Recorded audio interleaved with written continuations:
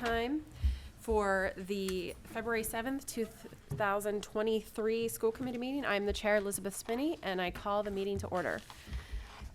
We just had our budget public hearing, but now we also reserve time for public comment. So if there's anyone in the audience tonight who would like to make a public comment, I invite you to come forward at this time. Please, again, if you will, for our secretary, if you could state your name and your address as well. Sure. Tim Rodrigue, 31 Airport Road. Just a comment, when you look at the policy of the school, you're allowed 5 absences per semester. And with everything going on pandemic-wise and flu-wise, is there any thought of considering expanding that to maybe 7 going forward for excused absences? That would fall under the COVID absence policy. Yeah, that policy has been updated, so, I didn't see it online then. okay, so we can take a look at that and make sure that the policy that's been updated is the correct one that's posted online, Right, but, just didn't find it online. okay, The COVID absence one is definitely there though. okay. And we're still under, we had made a separate COVID one, and I think we're still there, but we'll take a look. If you want, you can email us and we can direct you to No, that's fine, yeah, the I'll do language in the that. policy. I'm just looking at the 5 days, and when you have the flu right now and COVID, it's very easy to, That seems go through 5 days quickly. very low. And I understand the intent, but, and I know the general law only allows up to 10 days, so, yeah, Okay, Yeah. thanks. Thanks. thank you. Any other comments or from the audience or questions? Okay, seeing none, we'll move on to general business. And first up, we have the Grafton High School Program of Studies presentation.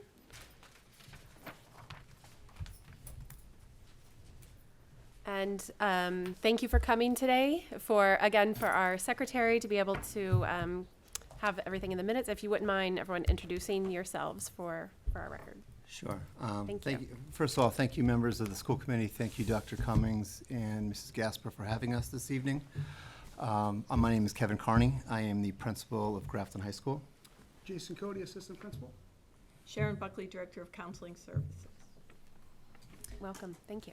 Thank you. So this evening, we are presenting to you changes to our program of studies for the 2023-2024 school year.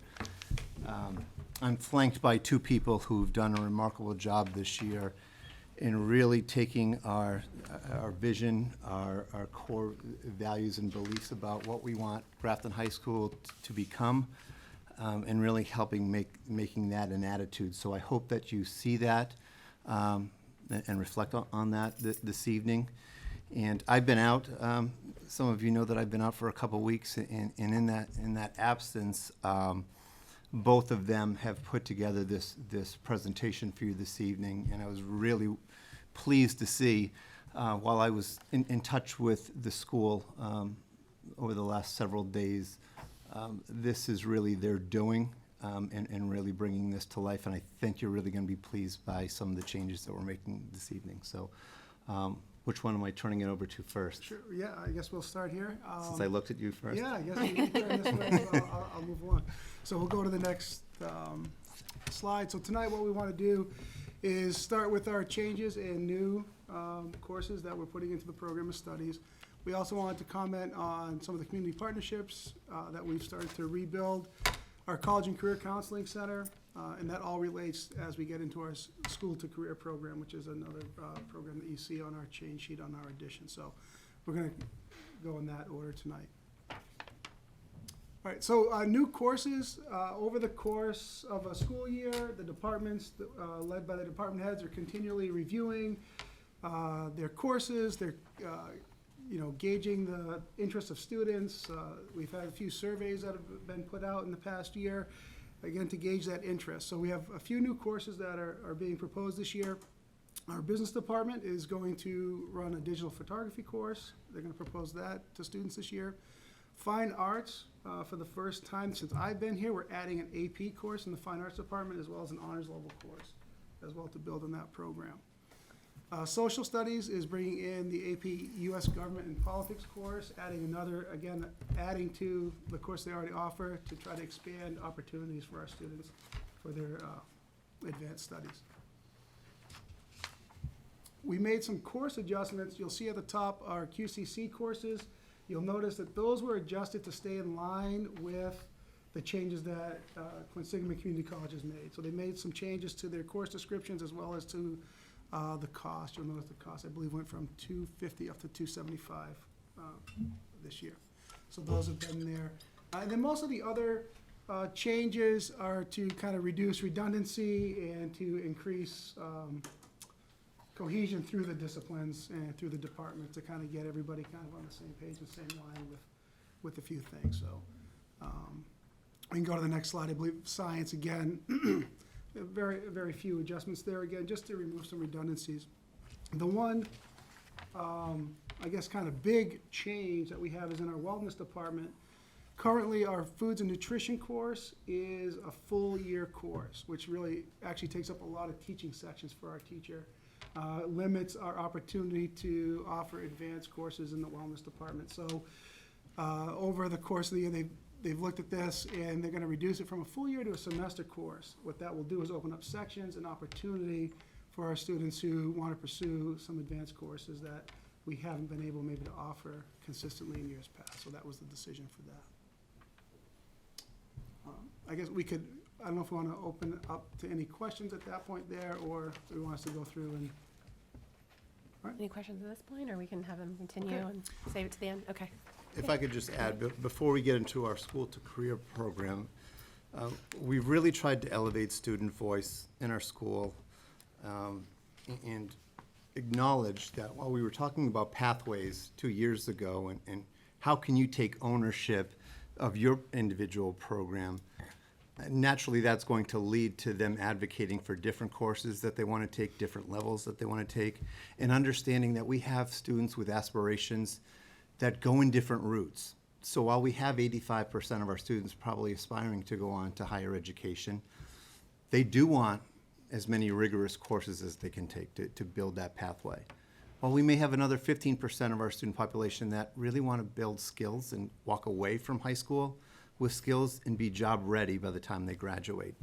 So if we're summarizing what we're talking about tonight as we segue into the school to career program, our collective duty is not to turn tassels, if you know what I mean by that.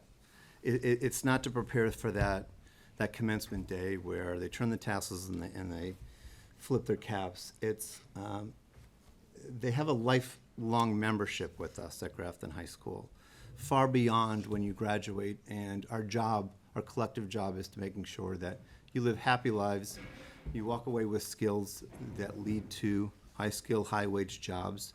You feel that you have a purpose, and again, that you live happy lives. So what does that entail, and what can we do differently?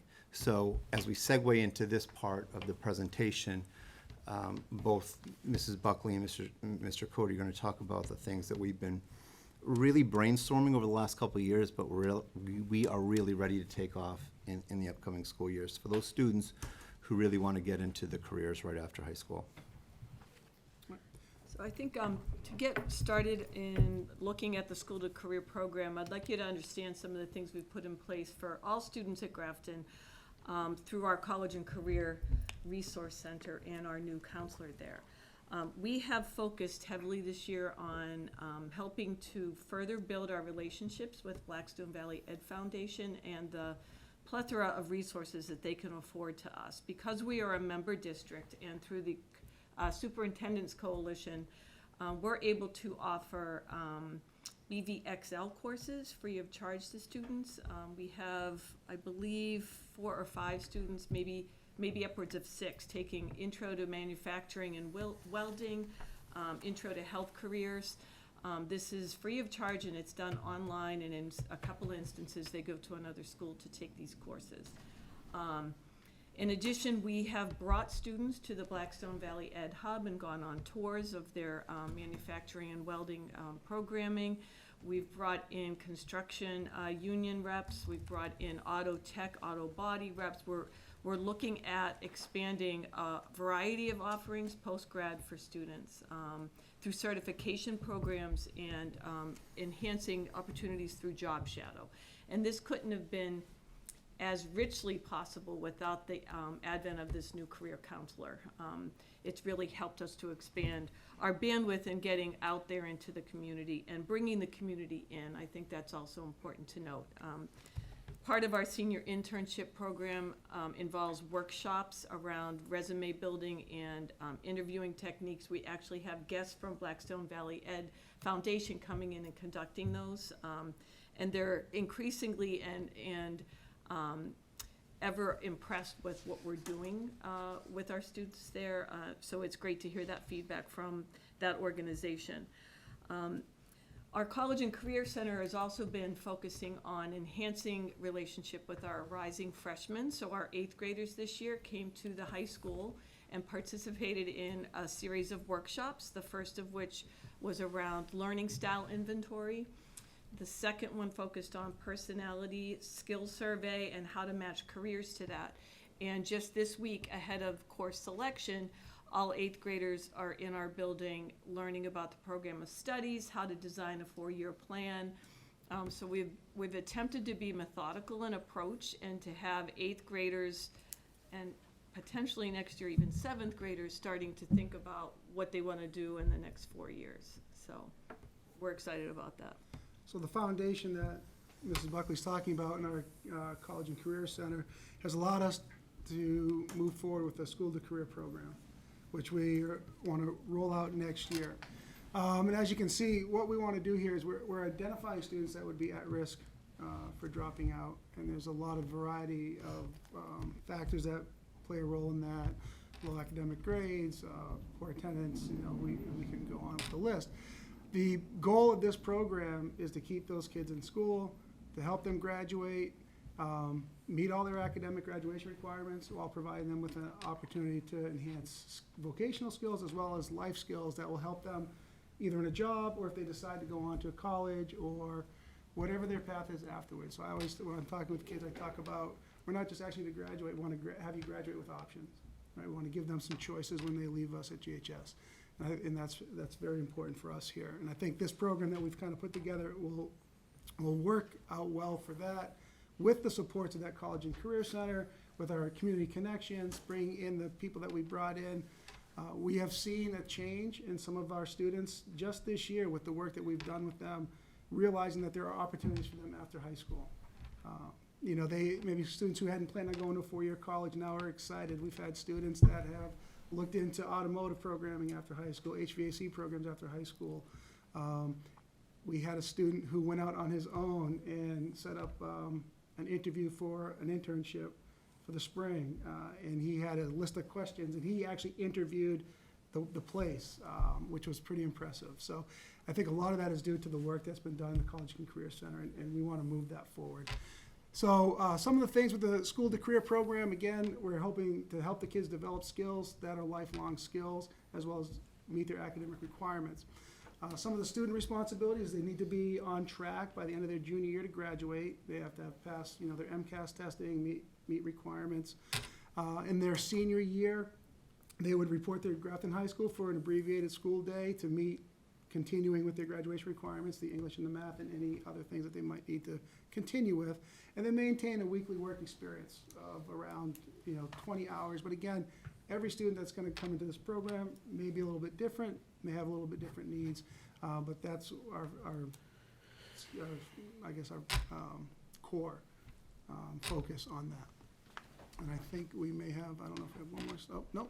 So there we go. So again, this is a program that, we hope to use, again, focusing on students at risk of maybe dropping out, keeping them in the building, getting them to graduation, and getting them skills they can use after they leave us. Great, and then finally, just to kind of outline for you where we stand with regard to course selection. So we've been working with teachers, obviously, in adjusting program of studies. We met with the junior class today to talk about and review the course selection process. Counselors will continue with these class meetings through this week, culminating in the 8th graders coming back to the building that'll mean they've been to our building 4 times this year, which is great. And we have a parent presentation for rising freshmen. Teachers will start to meet with students and make recommendations for course selection. All of this will happen before February break, so students can have some time to think and discuss with parents what classes they might like to take. They then will have individual 10-minute meetings with their counselor to go through that process, at which time, in 10 minutes, we can talk about what they want to be when they grow up, what their course of studies will be for the next 4 years, whether they're a freshman or a rising senior. So the counseling team is amazing at that. All joking aside, we'd love to have more time to spend with them. So we encourage students to come back even after those processes and meet with us at their leisure or when they have need. Let's see, and then at the end of March, everything will be turned off and we'll start to push that magic button to build the schedule that gets everybody everything they want.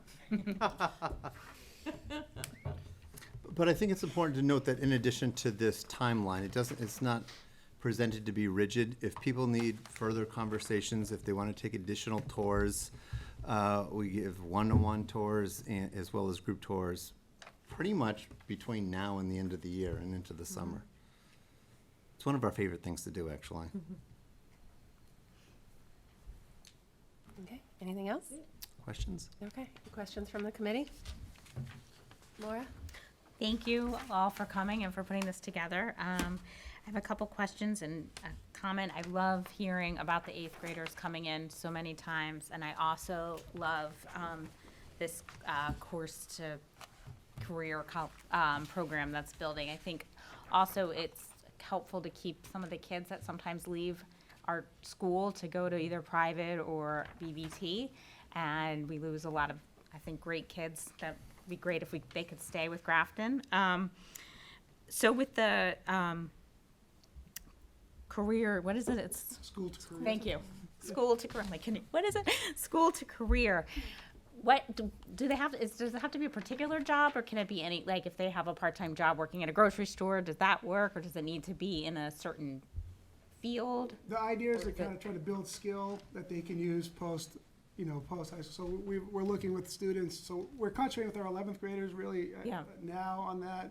We hope with the work that we're doing with the 8th grade, that as they come in as 9th graders, we can maybe sort of start to kind of pre-identify and do some workshops throughout and lead up.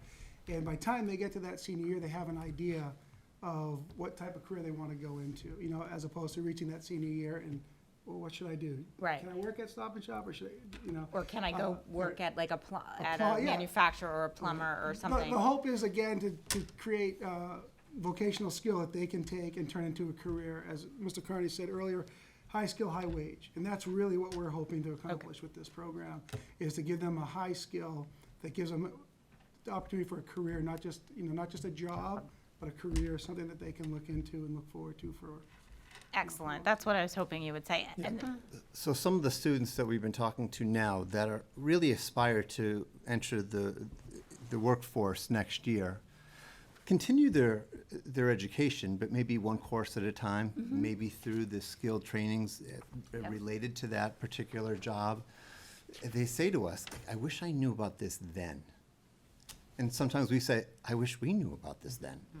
But the work that we're doing with our middle schoolers this year over the course of the year is to get a sense of themselves, their identities, their interests, their skills, and really hit the road in freshman year and sophomore year to hit job sites, to hit labs, and so they can see the tangible experience that students have and employees have in those workplaces, so they can really take ownership of their path moving forward, with still 2 years to go with us.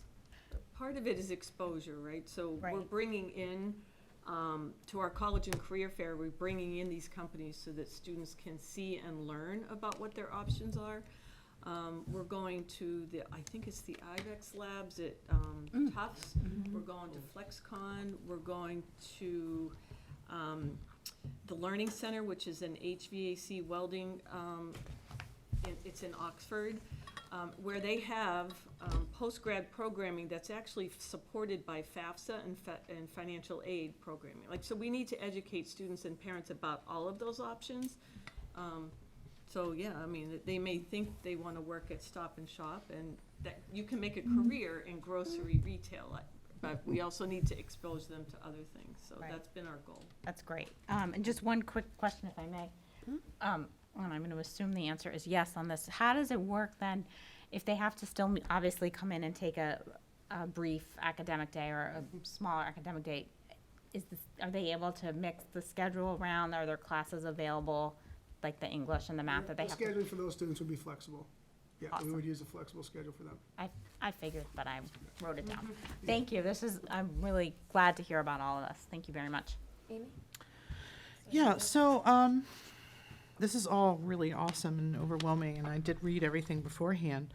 I had a question about, I could have sworn you had AP Government on the slide, Yes.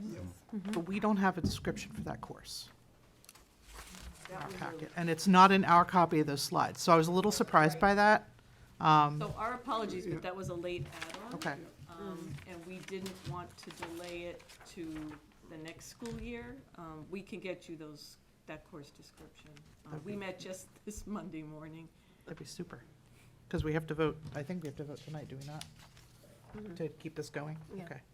I had a question about the removal of the pre-calculus class.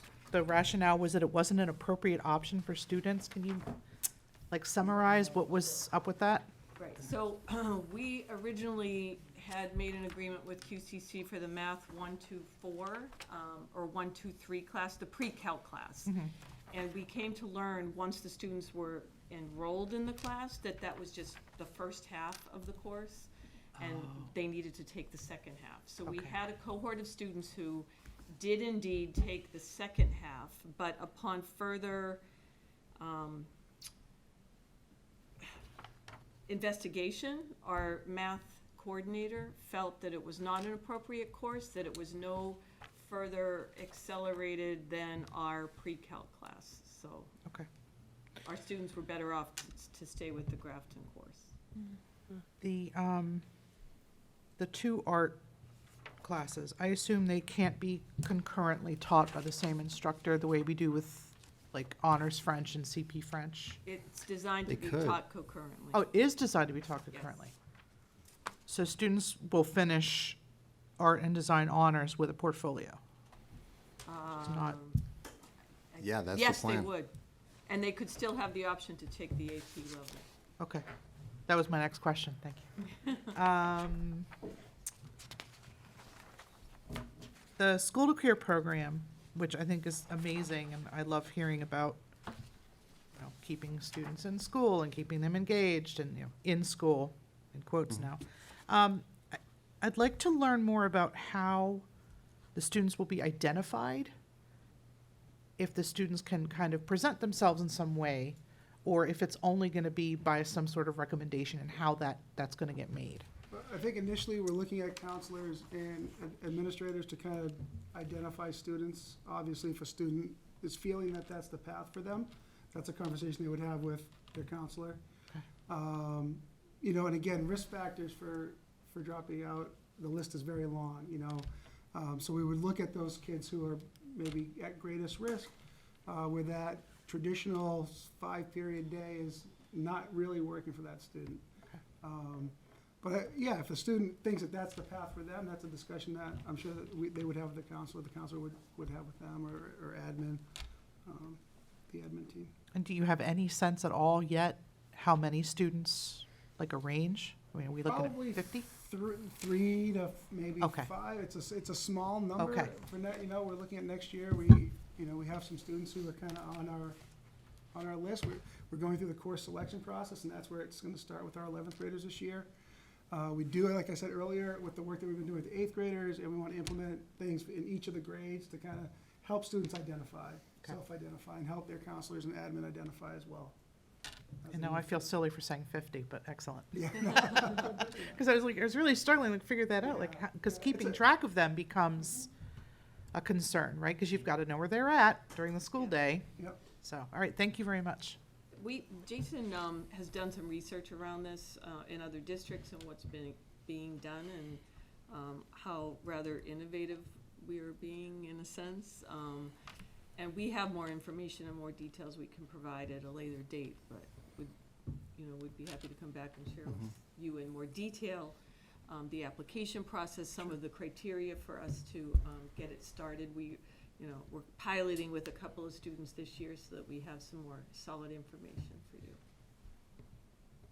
Any other questions?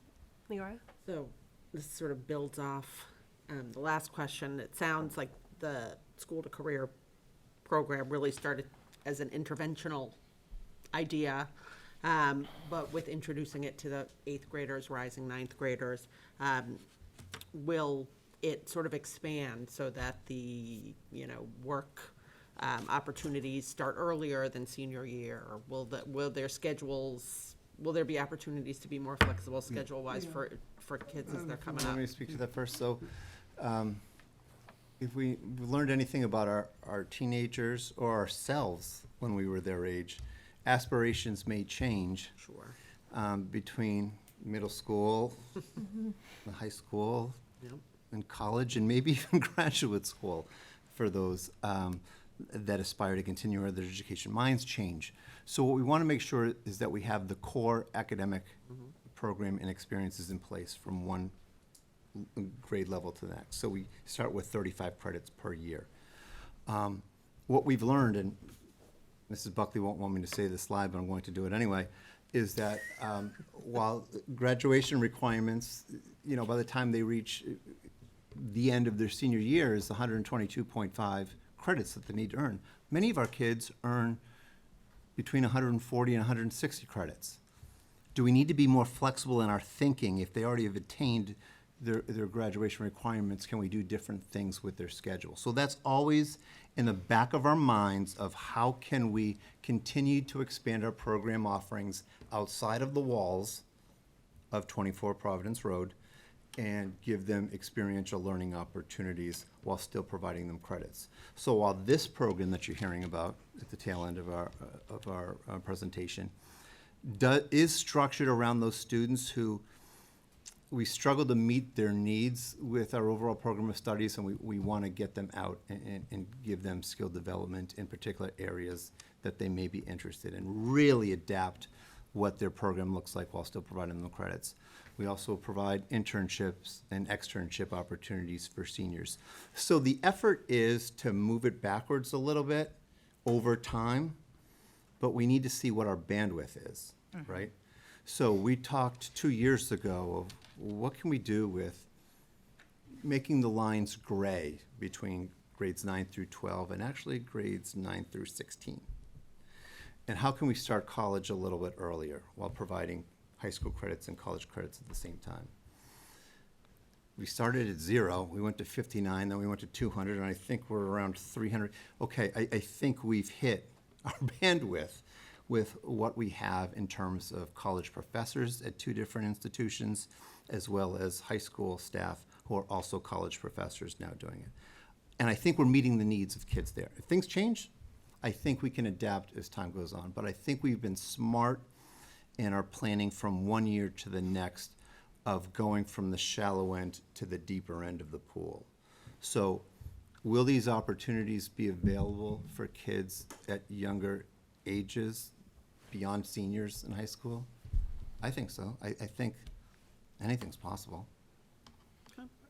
Just to add, I think one of the things, going back to opportunities for the younger students, we're looking at the job shadows this spring for some of our juniors and seniors, but that's something that we want to try to implement maybe in the junior year for students, getting them out in job shadowing and seeing what, their interests may be really like in a given day. Continuing to bring in some of the people that we brought in this year, but opening that up maybe to 9th and 10th graders, again, to expand their ideas and their opportunities. And as Mr. Kearney said, we still have our senior internship program, that we have that opportunity for students as well, and maybe doing some extended job shadows where instead of maybe a few hours, it might be a day or two, things like that we're looking at too as well. I think it's great the way we're doing everything we can to make learning more experiential, and I guess my question came from, you know, if we're waiting till they're seniors and it's interventional, then, you know, who have we lost? So it sounds like a very smart approach. It's great. We've had some seniors this year, last year was our first year really doing the internship program, right? Where it's designed to be 6 weeks with an employer who wants to take a student on at their job site. And we've had some students saying, well, I don't want to do one, I want to do 3. And I've already worked out with employers who will take me on for this number of weeks. Can I do that? Well, why not? I mean, you've totally taken ownership of what you want to do. And I think we have to be flexible when students are ready and able. Okay, anyone else? I have one more question, and Sure, I go wasn't gonna ahead. ask it, but I'm really curious to know why AP Government and Politics instead of AP World? Because we put the kids through, they do World Civ, whatever it's called in ninth, 2 US histories, and they already have a US history AP option. So we're very US focused, and I'm just curious, was there discussion within the department? Was it about skill sets? I know there's training involved that we'll need to pay for to offer this new course, and I'm just curious about that. They You go actually, that department did a good job at surveying their students. Okay. We know that we have AP European History as an option. Overwhelmingly, they came back with an interest in government. They also mentioned economics, trying to think of the other one. But in conjunction with the psychology that we're offering, AP European, the government was one of the more logical because the students were expressing interest. And those were students from 9th grade on. They listed courses that might be of interest to them as social studies electives, right? Because really, up until then, it's not been promoted that you can take more than just 3. We know that you need 3 to meet grad requirements, but Right. we wanted to expand, here's what else you could take in that curricular area. Because there are students who are interested in the humanities, right, and those kinds of courses, so. Well, We do and have I several know we students- didn't offer, we haven't really run AP Euro due to lack of interest, and I thought AP Psych was out. Thought we AP weren't- Sec is out because we have the QCC psych Okay. that is in lieu of that. AP Euro ran this year. It did, okay. However, we expect the numbers to go up because students who are sophomores who take A push, what are their options a junior year? Do they go to a CP level elective, or do they go to an honors level psychology, or maybe AP Euro or AP Government? So we wanted to give them some viable options instead of going from an advanced course down. So that was the thinking of that department. Okay, thank you. You're welcome. And just to expand on that just for a second, we do this with each of our departments. We're constantly pushing our thinking with what are the courses that we should be offering, what do we think as adults we should be offering. And then I make a mess of it in that room, and then Mrs. Callow goes in and meets with the teachers oftentimes, and, okay, what are we confident in our teaching, and what are we capable of, and does this match with what the students want? So they're constantly surveying students. You saw that with the English department last year of, okay, we see a shift with students taking AP Lang and Lit and moving over to the 101 and 102s. This opens opportunities for electives and speech and debate, documentary filmmaking. With teenagers, you have to have them involved in the conversation and the decision-making process. So I think this year, particularly with Mrs. Kalo and Ms. Facette, it was, okay, students, we know that you want to continue a path of maybe honors level and AP level classes in history after AP US history. What does that look like? What do you think would run? Because that's the next debate that you all don't need to deal with, thankfully for yourselves, of, okay, what's that threshold? Where are the numbers in terms of enrollment? We've heard that people want this, but the course selections aren't showing that. So I have to be the bad guy in that and say, this class isn't running next year, maybe we have to wait a year. Maybe we have to run multiple sections of this instead of that. So that's in the coming months to follow, but again, coming back to the point where we're trying to increase and elevate student voice. This is one of those examples where we believe AP Gov is that next course that they want for their department. Great. We're also flexible, and I know Jason's had experience with this. If you run AP Euro next year and get the numbers, and then the next school year you run Gov, you kind of rotate it so that you maintain a higher level of interest with less conflict. So, Mr. Kearney, I think you started to mention it, but one of the questions in my mind this whole time was how much are you looking at the course selection numbers from the previous year or the previous semester to figure out what students might be blocked from being able to take because there's not enough courses offered or the times don't fit in their schedule, so maybe they need to have other alternatives. But is that something that you're looking at too when you're figuring out new Constantly. courses? Yeah. Probably 13 months a year. Okay. I spend a lot of time in the guidance office talking about this, but that will probably start to happen with more regularity after students actually sign up. We've polled the students. We have trend data that we look at. This is what we think will attract students to sign up for courses, and then we start looking at the real numbers. But with the master schedule that both Mr. Cody and Mrs. Buckley are working on, okay, what's the cause of that? Because it doesn't match what students are saying they want with what they're actually signing up for. So have we created blockages? Have we put too many different similar level courses that compete against each other that make it not possible for students to take what they want or need in a given year? Again, that's why we try to expand. That's why we try to be flexible. That's why we expand different universities as part of that extension. Why we try to think about, okay, does this particular student need 7 courses in their schedule in this given year? And that would only pertain to seniors to create more of that open opportunity to reduce conflicts. Okay, thank you. And the College and Career Resource Center, could you just define that a little bit more? Like, what exactly is it? Is it just staffed by the new career counselor, or so for students who want to recognize that as a resource? Is it something that they all know about? Like, what? They're Just if you could increasingly tell me more about that. becoming more aware of it. We hold a lot of workshops and meetings in there and sessions so that students feel comfortable coming in. Jen Cummings, who's our college and career counselor, is there 4 days a week. She's a .6 position.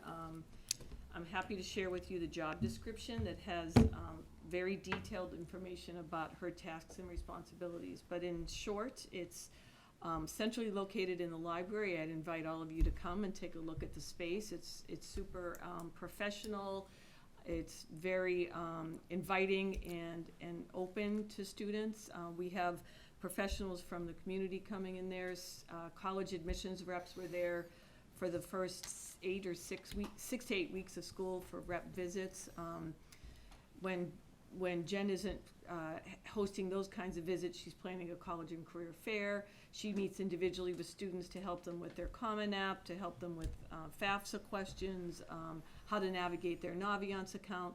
She really works in partnership with the students' assigned counselors so that we're sure to get, nobody's fallen through the cracks. I mean, they can make appointments with us, but she can dedicate 45 minutes at a time to help a student with an app where we don't have that luxury of the time, at least during the school day. Yeah. So when that 10 minutes is just not enough to get through everything, they have Right. that other resource. Right, but, Okay. and the position is new this year, so Yeah. it's growing and developing as we go. Jen has become more of the conduit between early college and the high school. There's a lot of administrative tasks involved with keeping that organized and accurate. So, am I Yeah, and forgetting she's, anything? the I mean, career piece. Right. She's played a big role in our reconnection with BV Foundation and Excel and EdHub. And she continues to reach out and gain opportunities for our students. with those resources as well. You may recall between, say, late August and early December, there were announcements coming out to families about the number of college admissions officers visiting the school to meet with students. Because that aligns with work that students need to do to get applications in for those who are aspiring to attend college next year. So there was a good amount of effort in that direction in that front half of the year. And the second half is really, okay, let's really try to get in employers now and talk to those students and families about if you're not thinking about college next year or not thinking about taking some community college classes, part-time and working part-time, let's see what fits your package, what fits your aspirations. So there were several universities and colleges that it visited. And it's different, you know, in years past, and we still do the college fairs where we have a number of college and universities in the commons, tables are set up, and it's beneficial for juniors and seniors to walk by and talk to someone and grab flyers. But if you have a son like me, he's going there to gather with some of his friends, and what are we doing on Friday and Saturday night? I'm gonna fill this bag with flyers, but I'm really not gonna talk to anybody. This structure allows kids, we communicate to them in advance of the admissions officers who are going to be there. So it allows them to do some research, do some homework. Is this the right school for me? And you have an intimate conversation about what they have to offer. And it's been phenomenal. And we hope to continue, we will continue that obviously next year. And we open it up to all grade levels.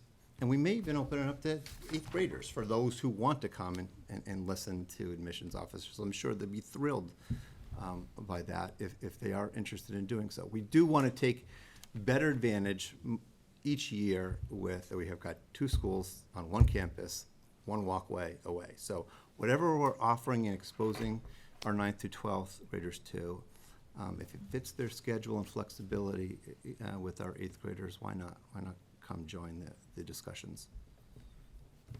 My last question is just, I think it's great what you're doing with the rising freshmen, the 8th graders, the information that you've been giving them. Is there some effort to address that gap? So I think you talked about meeting with, once they're a junior, I mean, that's really the year, right? Especially for the kids who are going to college. And then there's the freshmen and 10th graders who weren't subject to this great new initiative that you're doing in the 8th grade, but so how are you kind of filling that in so that they get the information too, and even if it's a little bit later? The counseling team has had 2 seminars per grade level this year during extended blocks. So we've met with the freshmen, we've met with the sophomores.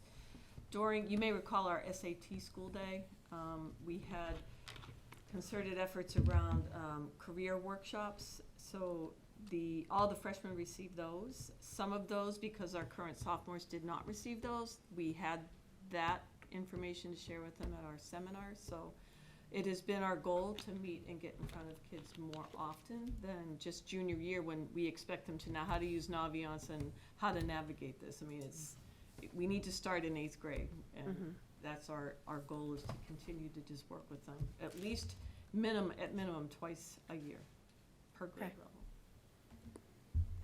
In addition to the individual meetings that they have regularly. Okay, any other questions? All right, thank you very much You're for welcome. coming. I'll entertain a motion just to endorse, to put our stamp on this proposed, the changes to the program of study. Madam Chair, I move to adopt the GHS Program of Studies with the addition of the AP Government and Politics course description. Second. Motion made and seconded. Any discussion on the motion? Seeing none, all those in favor? Aye. All right. Have our approval. Thank you. Thank you very everyone. much. Great work. Appreciate it. All right, so I'm hearing there's an ice storm possibly coming, so. 9 o'clock. Would our student representative like to give her report sooner so you can make your way home? Yeah, I don't think there's much. Again, February break, February 20th to 24th. Mr. GHS, March 3rd at 6 p.m. What else? I think that's pretty much it. I don't think there's much happening right now. I think everyone's just excited for breaks. There Yeah. isn't much happening. All right, good. Did- All right. Can I ask you a question? Sure. Did the student council retreat already happen, or is that coming up? That's coming up. It's coming up, okay, so the polar plunge is No, it's next week. next week, okay. So, good it wasn't last weekend then. There's a fundraiser, right, for For Valentine's Day? Valentine's the- Oh, Day, yeah, the the candygrams. lollipops, Candygrams. She made the joke last time. Had to get that out Worth there. another mention. All right, thank you. See ya. Get home safely. Yes. Thank you. Okay, before we move on, I wanted to pose to a possible change in the agenda order to the committee.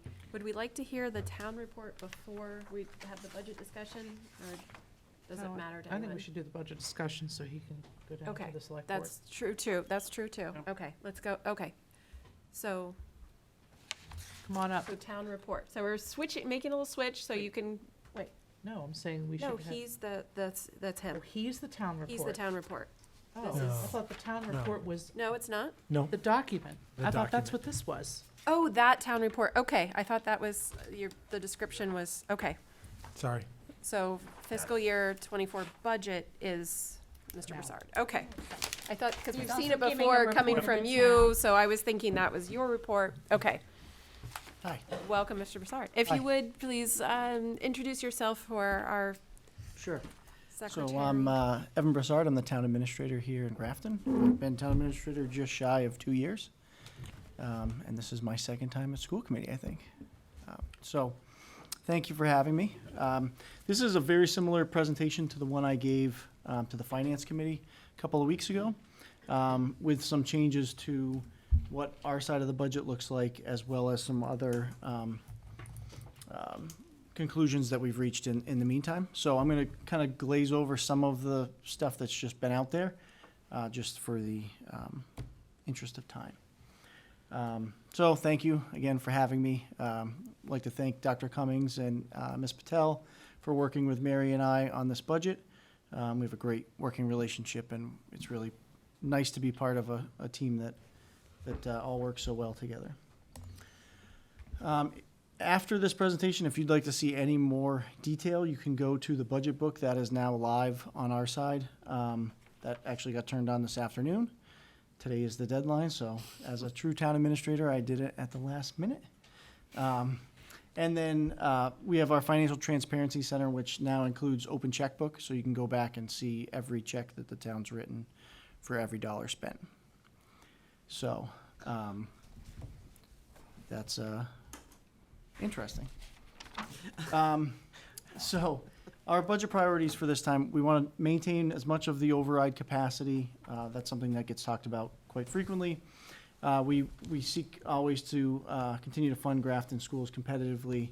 And our third priority is to add police officers. So our goal is 25 officers by 2025. And so that's 5 officers in 5 years. That's our projected timeline. Really quickly, there's been no change to our bond rating. We're doing very well in that area. We're doing very poorly in OPEB. That continues to be unchanged. We are funding that at 0.2%. And stabilization, we still have, we're up to about 4.28 million in stabilization. Our free cash prior to this year's capital plan is about just shy of 1.8. Which gives us about 5.7% of the operating budget, which is in line with our policy on stabilization. Amy? I apologize for interrupting, but could you explain OPEB very briefly? Sorry, OPEB is other post-employment benefits. And so what that means is that the town is supposed to create a trust where we have a pool of money that should then be self-sustaining and cover the costs of our retirees. In order to do that, we need $83.4 million. When I started, we had 111,000. So we've made great gains. We're up to 313,000. And we will be shifting some more in that direction. We need to at least get over $500,000 so that we can actually create the trust and invest the money, because right now it just sits in a regular interest earning account. which is not very advantageous to what we're trying to do. Okay. New growth is pretty straightforward, as you would expect. It is pretty much 80 to 90% residential growth. Tax levy, I'm gonna, if I go too fast and you wanna see any of it, just let me know. This is the information that's unchanged from before. So this is the slide that everybody likes to talk about. So this is override capacity, also known as levy capacity. Really should be considered levy capacity. So if you look by fiscal year, our excess capacity is how much we have between what we're budgeted to spend and what we can legally raise in the on the tax rate. And that includes everything, right? The override, just everything, any other sources of revenue we can get our hands on. So you can see that we've had a steady march towards decreasing capacity. So when I first gave this presentation to Finance Committee, we were at $351,000 in excess capacity. We've made some changes that I'll go over towards the end, and we're now up to $493,000, or in essence, $500,000. The number that people in Grafton like to talk about, which I said at the Finance Committee a little bit perplexes me, because it's not the way my brain thinks about capacity, is what amount of the override we've used. And so if you look on the right, each one of those is obviously not cumulative. That is year over year. And if you add that up, that's about $3.18 million. Now, the reason I don't like to say it that way is that if you want, take that $500,000 and put it towards the overrides used, and now we've only used $267,000 of the override. It's a totally fictitious number that people like to fixate on, but in reality, your capacity is your capacity, and it doesn't really much matter. Now, we do have override tracking, and we track where the dollars go. But again, it's a little bit of a fictitious exercise because the pot is one pot. There's no separate divider that we've called out. And so we've treated it very much like just when Jay and Anita and Mary and I meet, we're talking about excess capacity. And we've been talking about excess capacity for some years. New growth, you can see we've been doing really well with new growth, hovering right around between 800 and 900,000. We continue to peg our new growth at 700,000. The reason for that is that if we do hit a downturn, it is way better to underestimate what we think we're going to get than to try to scramble. So if you recall, last year we had about $120,000 in cannabis revenue built into the budget because that was the minimum we were supposed to get. The legislature then changed the cannabis laws, and we got a total of 11,000. And so when you look at that capacity number we were just looking at say 1.174, well, you have to deduct 120,000 out of that because that's revenue we weren't able to take. The other piece that you need to think about that doesn't really show up well here is snow and ice. So snow and ice is the only account that we spend in deficit. So if you have a really snowy year and we spend $200,000 additional in snow and ice, that comes off what we have next year as capacity, right? Because you have to cull that out of the budget before you start spending money. I'm going to breeze over revenue by category. You can certainly go back and look at it. The sum total is $75,072,179, which shows up here on the slide. Our total projected budget currently is $74,578,860. And so how do we get there? So in our operating budget, you can see that we've had some growth. One of the things that's kind of interesting about the way we show this slide is that, you can look at culture and recreation having a 6.4% increase, but really that's just shy of $100,000, right? So the larger the budget, the smaller that percentage of growth. But overall, the budget increased by about 6.2% over last year. And I did just want to call out that if you look at the total percentages of the municipal side, that also carries BVT in it. So if you subtract that out, our growth is 4.39. And we'll explain what I have in there for BVT in a second. Any questions so far? Amy? This is like the third slide in a row where the numbers are not matching the version we have. I'm not sure. The most updated one was this afternoon, so I haven't put, whatever came in at 5 o'clock, I did not put it in yet. Okay. Just wondering if I'm going crazy. Nope. Nope. No, it's, again, it's the deadline, so we're still workshopping a lot of things. And then, obviously, just keep in mind too, that these numbers will change as we go through the FinCom process, right?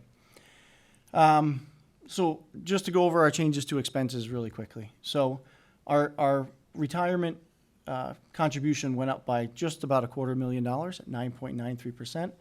We should plan on that being the percentage for the next 4 to 5 years.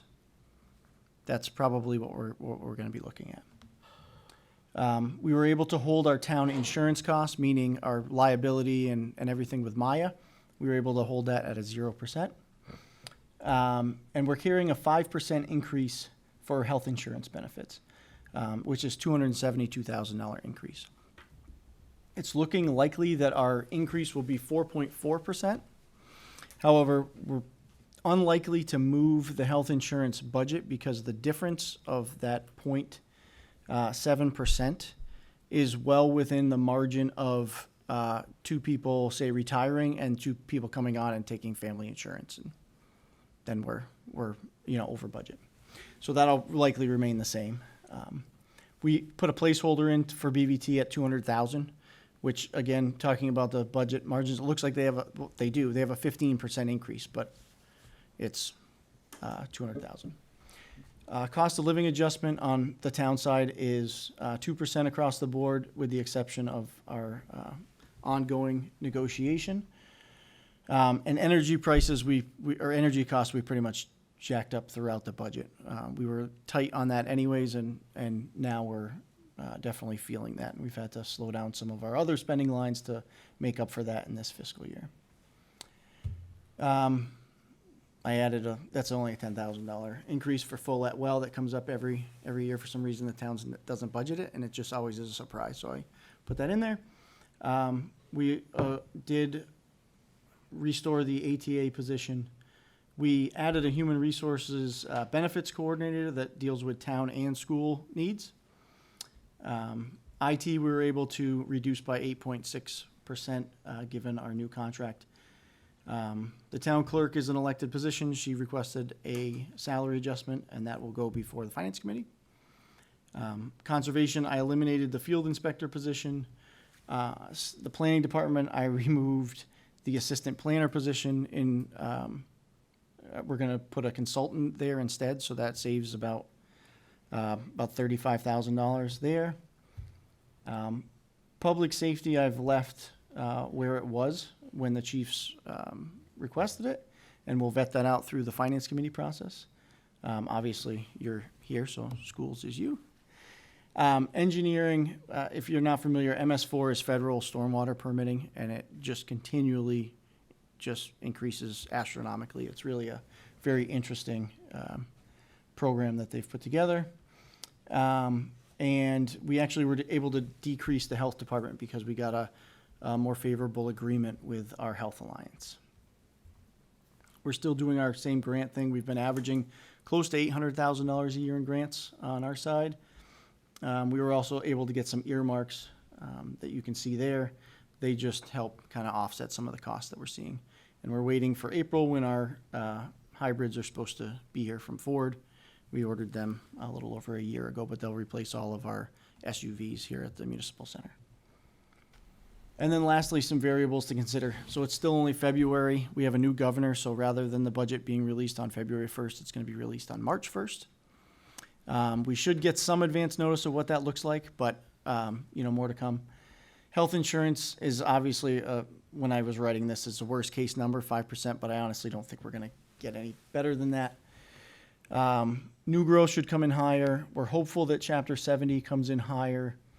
We have to close a contract. BVT is just a placeholder, and we do need to continue to talk about the bag fees for the municipal solid waste program, as that is another cost driver that's in the budget that is really hard for us to control.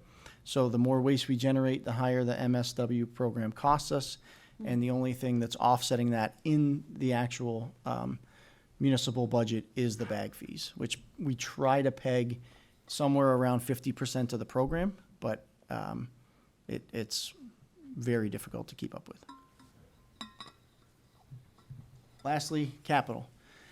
So I think you may have seen some of this already.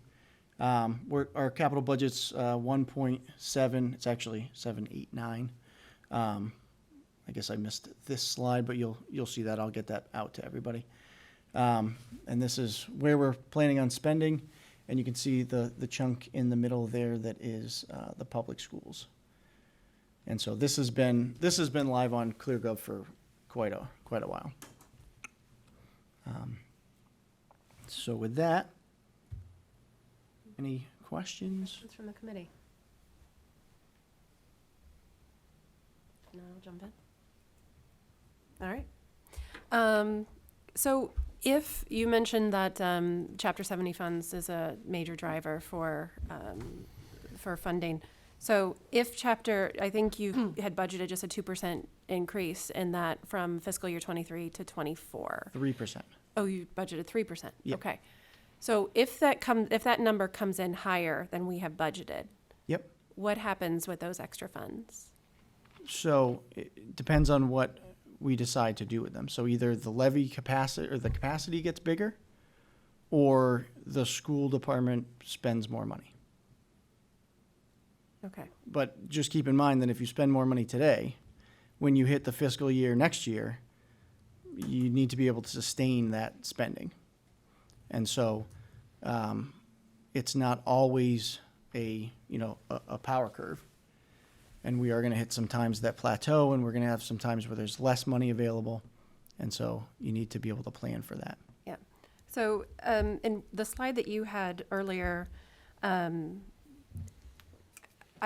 guess I disagree a little bit with the idea that it really doesn't matter calling out that the override, the money that's spent on from the override.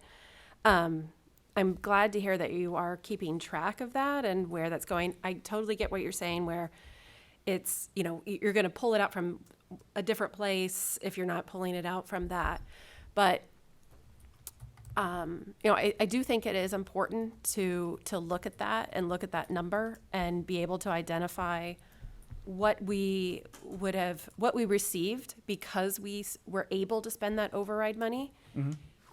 In 2020, when we were looking at this and we were looking at what the situation with the schools would be if we didn't pass an override, we were looking at growth of, an increase that the town could absorb, which was around 2%, 2.4% year after year. And we identified the need in each of those years and the deficit that we would have. It was, anywhere from like 600,000 to about 800,000 a year. And we illustrated how that would put us in such a dreadful position.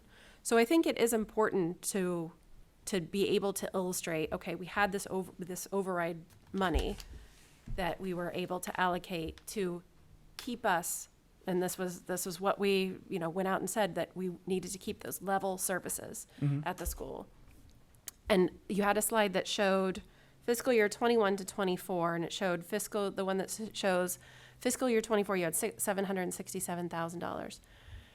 So this is in the coming fiscal year 2024. Mm-hmm. This is a number that you're allocating override funds. So where are you allocating that money? Why, and how did you come up with $767,000? So where did you get that number? You said, said, we need this for what? No, that's not really how it works. Okay, well, just tell me how you came up with that. So the numbers for fiscal year '24. Yep, so what we do is we take the amount of money that we have from the levy capacity increase. We then take our new growth number. We subtract out things like snow and ice.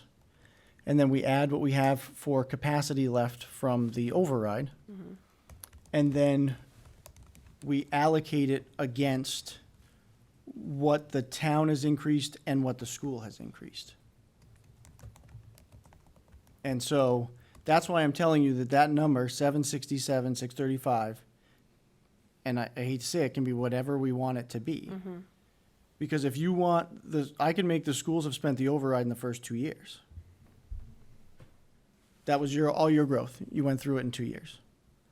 You didn't, there's no percentage in which we were supposed to be applying it. And if you look at the department, the growth of the school department, it hasn't been a consistent growth period, right? It rises and lowers. So that's why we've kind of abandoned in our talks, when Jay and I meet and when we meet with Anita, of really focusing on that number. It's good to have an idea, but even if you look back in 2020 of the allocation of the $3.2 million, you know, some of that was supposed to be for public safety. It's not really crystal clear what that percentage is supposed to be. Well, it was $400,000. That's what it was. So that's what you spent. So that was for fire and that sort of public. So you're saying the 767,000 is not just to support the schools, to keep them at level service. It's going to other town needs as well. Only because it's the exact same pot of money. Okay. So I guess that's where I'd like to get more information, because if you take the override, if you take what we're using year after year from the override out of the equation, Right. and you look at what the growth is, and the increase in the funding that we are trying to get for Grafton Public Schools, Yep. it looks like it's down to the levels that it's down to such a low level that you can kind of see that the override may not be, that we need that override capacity. There's a reason that we went out and sought that override, and it was $2.8 million was to fund to keep level services at Grafton Public Schools. So it would just be good if we could illustrate how that's made a difference. So if we didn't have the override, Right, we so- would have only been at 2.5% growth. Right. With the override, we were able to grow and sustain our schools at the level that we needed to, because we had this funding. Okay. Do you see what I'm saying? Like, it would be No. okay. But you would have to tell me that. You would have to tell me what you use the money for.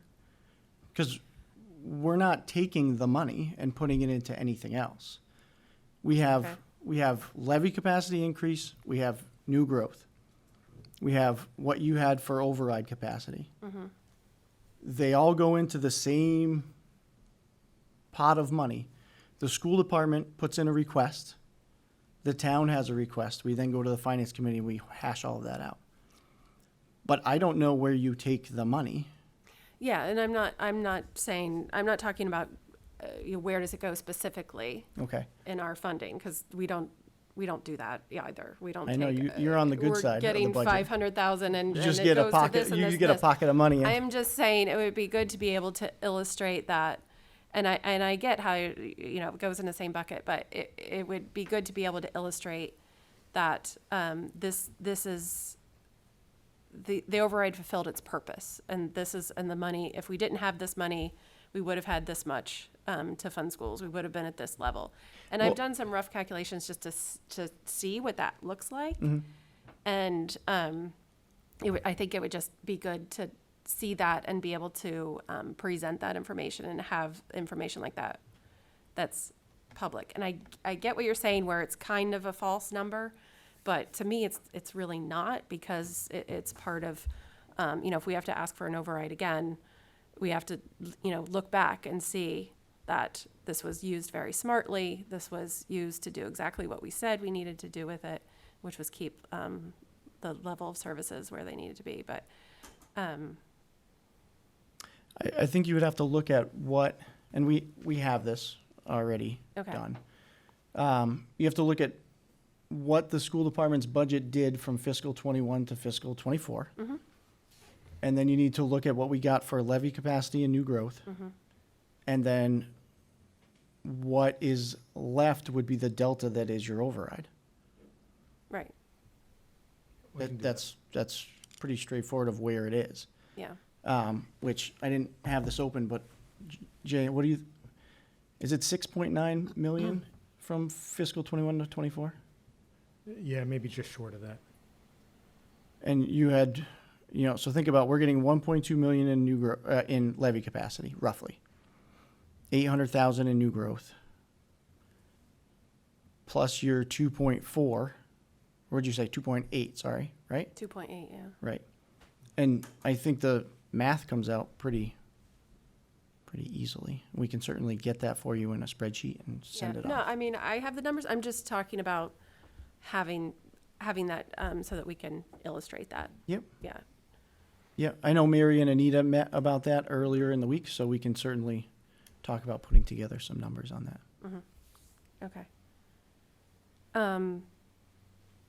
One last thing, I was just curious, where, you said the town has a goal of getting 25 officers by 2025. Is that to be in compliance with a legal requirement, or No. where did that goal? So the Universal Crime Report from the FBI gives you statistics in which you're supposed to try to meet minimum staffing per 1,000 people. Minimum staffing is 1.6 officers per 1,000. When I started, we were at 1 officer per 1,000. So we won't, at 25, be able to get to the level that really is probably adequate for 20,000 people. But it will get us to the point where we can have targeted shifts with more officers available for the times in which we have higher call volumes.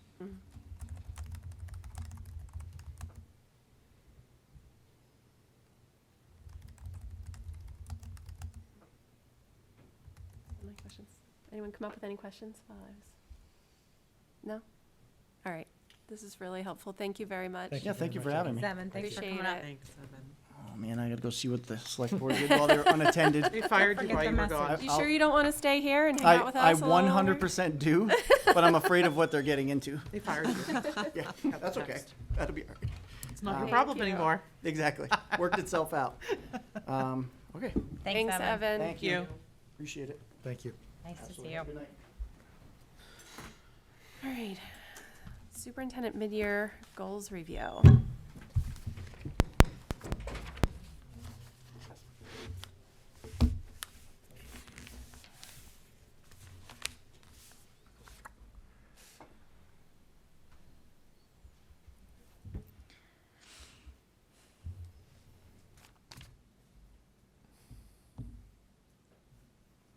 All right, I will keep this quick. I just want to provide an overview of how things stand in terms of my goal progress, more or less mid-year.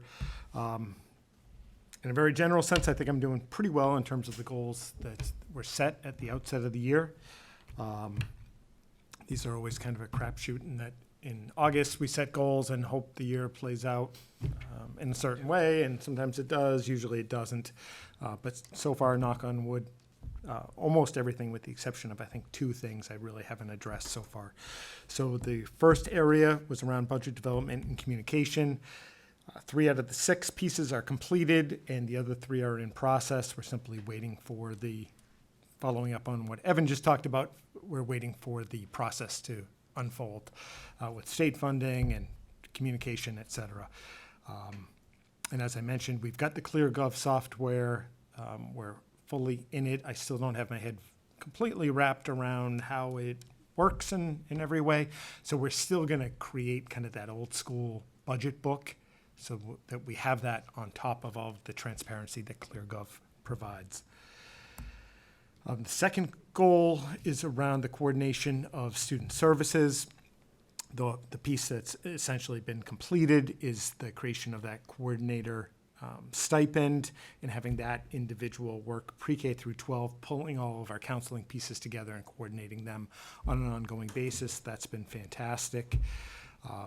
In process, we've got what I've presented on numerous times, but the work that especially Kristen and Nicole McDonald are doing around paraprofessionals. The strengthening of specialized programming, I'll be talking about that in a little bit. The 18 to 22 program, for example, I think we're doing a great job with that. Jay Cody in particular has just done a phenomenal job with building up our senior internship program. You heard a little bit about that tonight. And then Kristen right now is taking the lead in assessing the scheduling at all of our schools. So we want to make sure that the general schedules that we have are as efficient as possible. That is just great for kids, and staffing wise, we of course want to be efficient. We want to have class sizes and structure that really works. I've never worked with anybody in however many years I've been doing this that's as good at scheduling as Kristen is. So I know she had a meeting today with one of the principals to go through their entire schedule that they've had in place for a few years, and it's a good schedule, but could it be better? Could it be more efficient? And we think the answer is probably yes. The one thing that I have not addressed is around the co-teaching initiative. When right before COVID really hit, we had actually dedicated some time in that summer to an initiative to basically reset our entire co-teaching program. I was hoping that we could do that this year, but just with everything going on, I haven't addressed it. I'm not going to dive into it mid-year. So we're going to reassess. We're doing really well with co-teaching. We still work on it all the time. We're getting better and better with it. But in terms of assessing the whole program, dedicating a lot of our PD to that initiative, we put that on hold for this year.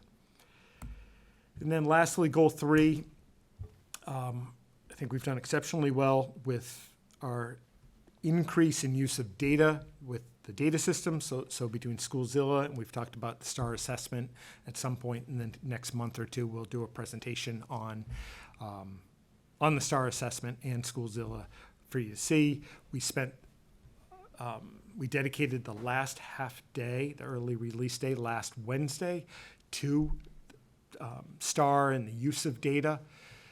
So we've now got our teachers on board. They've been trained on the assessment, what the data means, how to utilize the data, et cetera. So we're really starting to get some momentum with that. We're wrapping up right now our mid-year assessments, and then in the spring, we'll have the third assessment. But that's been fantastic. We haven't done a lot in terms of changing the evaluation system. This was kind of like the co-teaching, where we were hoping to really dive into it and see if we can make it even more impactful and more efficient for our staff. So not to make the staff jump through extra hoops, but all the work that goes into our evaluation program, making that ideally not as labor intensive, but more effective would be the goal. And again, we just haven't had the time to really do that, and that's not something that we want to do mid-year. Right now, I think we get probably a B+, A- in terms of the evaluation system as it stands right now. I think generally staff are pretty happy with it, and so our administrative team. So I think it's going well, but we were hoping to take it to that next level. That's probably something we'll focus on next year. I think it was the last meeting or the meeting before that, we had talked about the successes we've had with the cessation programming around vaping at the middle school and the high school. That continues to go really well. We met with the Worcester Health Alliance, as I reported, it was probably 3 weeks ago now, and they've got a bunch of programming that can be utilized not only for students, but with parents as well. And I'll talk about that a little bit later, but that's certainly in process. And then the equity audit, we've partnered with an organization based out of New Jersey. They've been working with the town and the school department.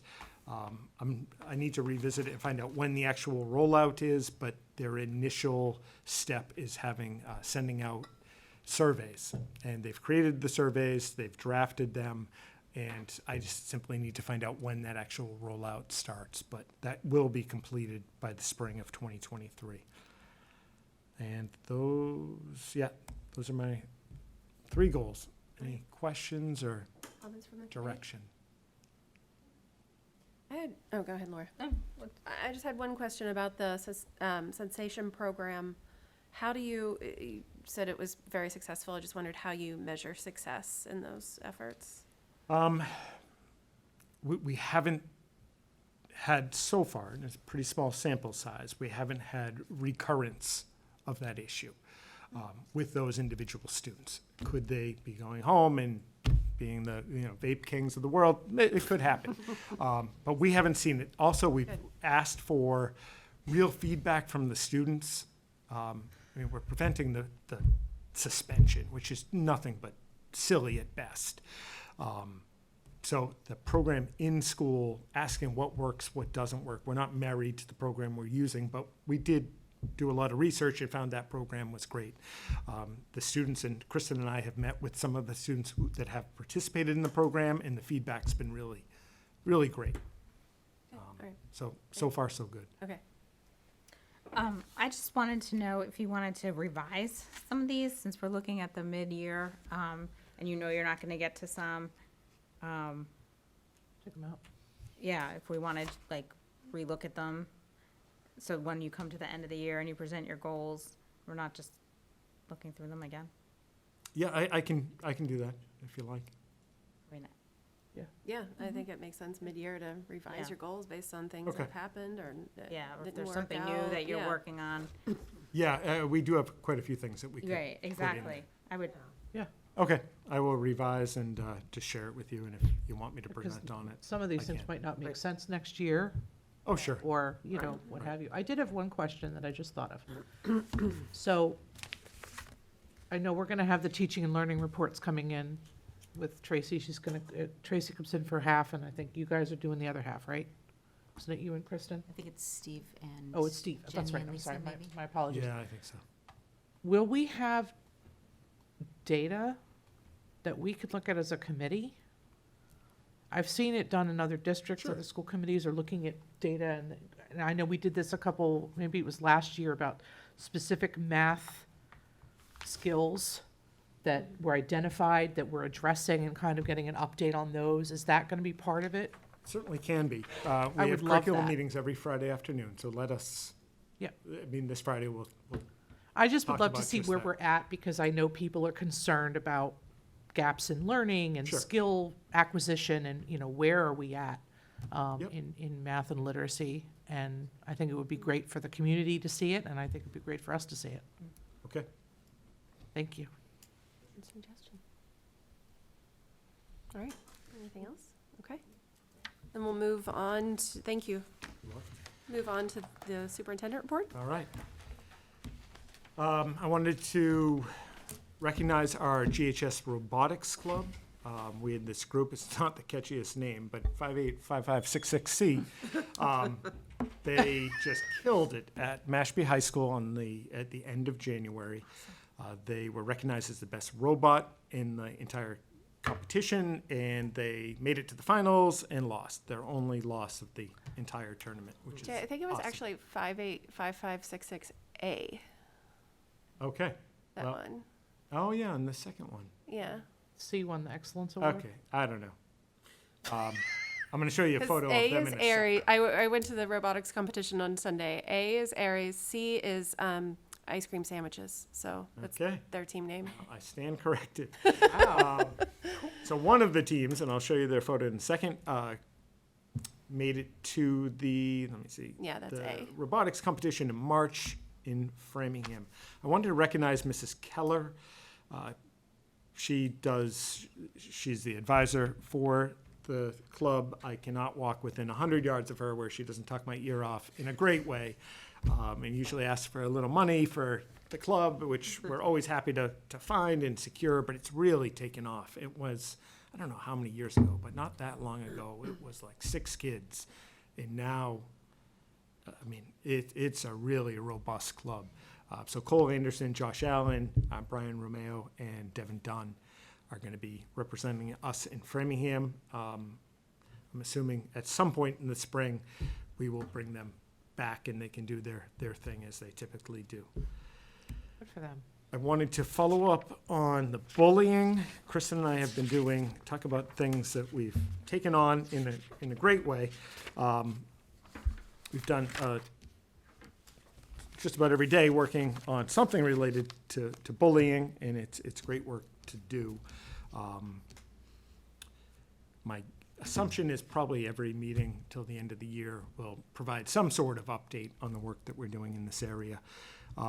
We have finalized, for the most part, about 99% done in terms of the updated plan. I gave a draft, not quite finalized, but I shared a draft with you. And the plan's great, and the plan has all the verbiage that connects with the laws and regulations, et cetera. And that's all great to have, but it's really what you do with it that matters. That's where the rubber meets the road, and that's where most of our work has been around. That 1% that we're finalizing is almost entirely around the forms that we're going to use. So we currently have an anonymous reporting system. We're making that more user-friendly. It's not horrible now, but it's not great. It could be better. So we're updating those forms, and Kristen's doing that work. Also, the forms that the administrative staff and our staff in general utilize internally. Again, we had a mixture of some were using forms that were like triplicates from 10 years ago, some online. We are going to make that much more streamlined, very easy to utilize, electronically based. They will be shared automatically with those who need to know about any given situation, including not only by the time it turns into actual bullying, but the gateway behaviors. So Kristen's been doing great with that. We're working with a staff member in district, and he is dealing with COVID. So that's we were simply delayed, but Kristen's all over that. I mentioned earlier that we developed a flag system for Power School that's going to help us. I think I can't. I've talked about this so much I can't remember what I've said and what I haven't. But especially at the secondary level, so middle and high school, where students have numerous teachers who aren't on teams, who aren't seeing each other on a regular basis. They could go a week in different floors and never see one another. They're not getting together as you would at the elementary level. So we want to have a way to very easily make all staff members who are connected to any student, being an aggressor or a victim, know of the basics of the situation going on. And ideally, that's a somewhat temporary thing. You wouldn't have this flag come up and it's with you for life. It might be for 2 weeks, it might be for 6 weeks.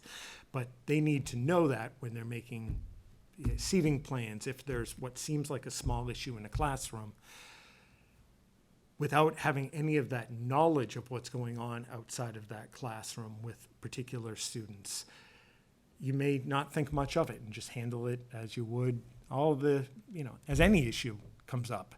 But if you have that knowledge, that's gonna make a difference to those affected students. There's no doubt about it.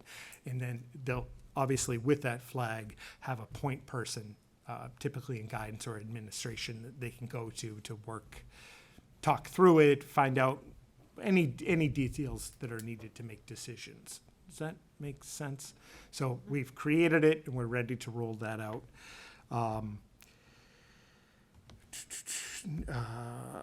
We've really struggled and thought a lot about how we can do better in terms of athletics.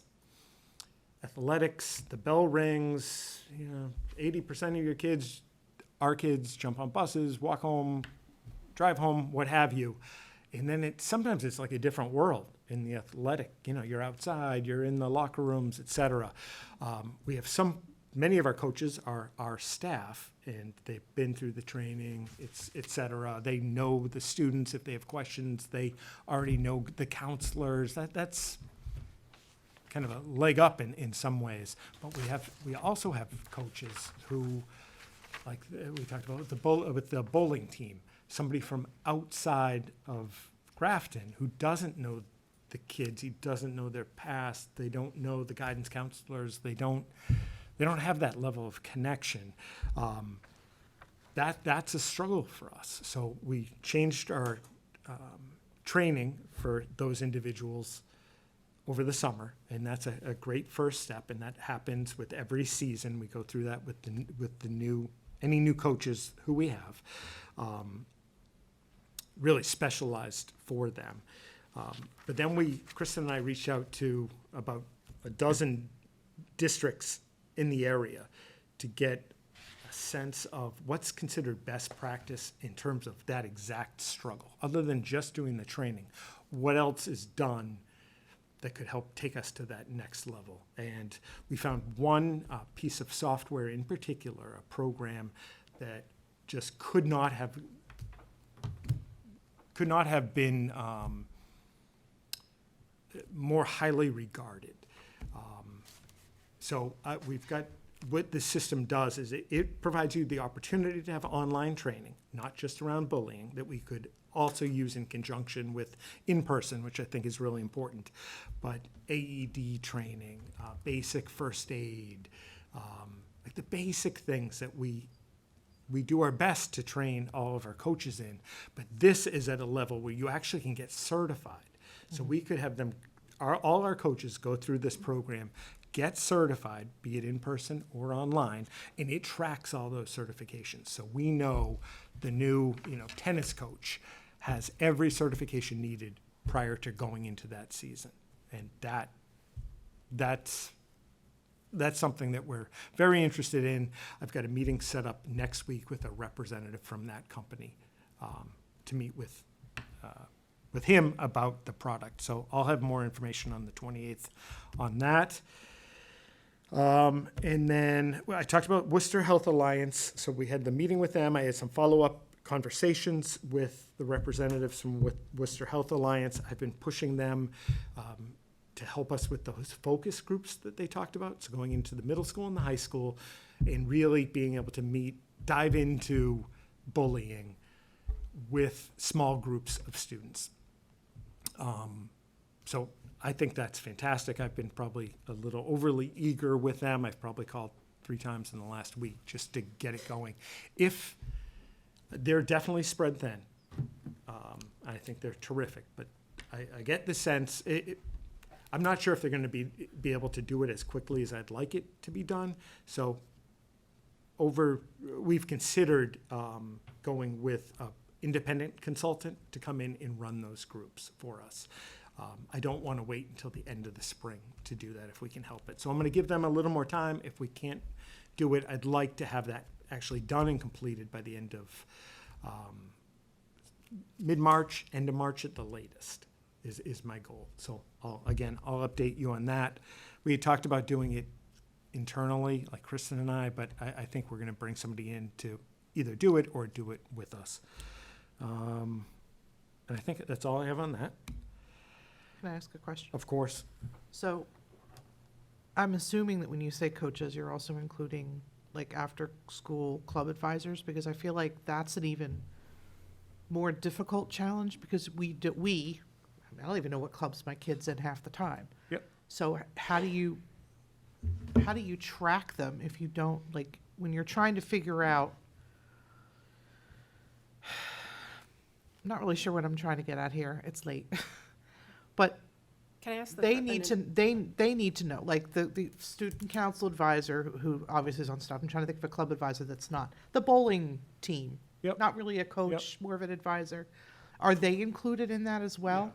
Okay. Yep. We don't have too That- many. The bowling, we consider under that athletic Okay. umbrella. That's where it's most common, and that's where Well, theater. they're there's one. all potentially concerning. But do we really have any club advisors that aren't part of the faculty?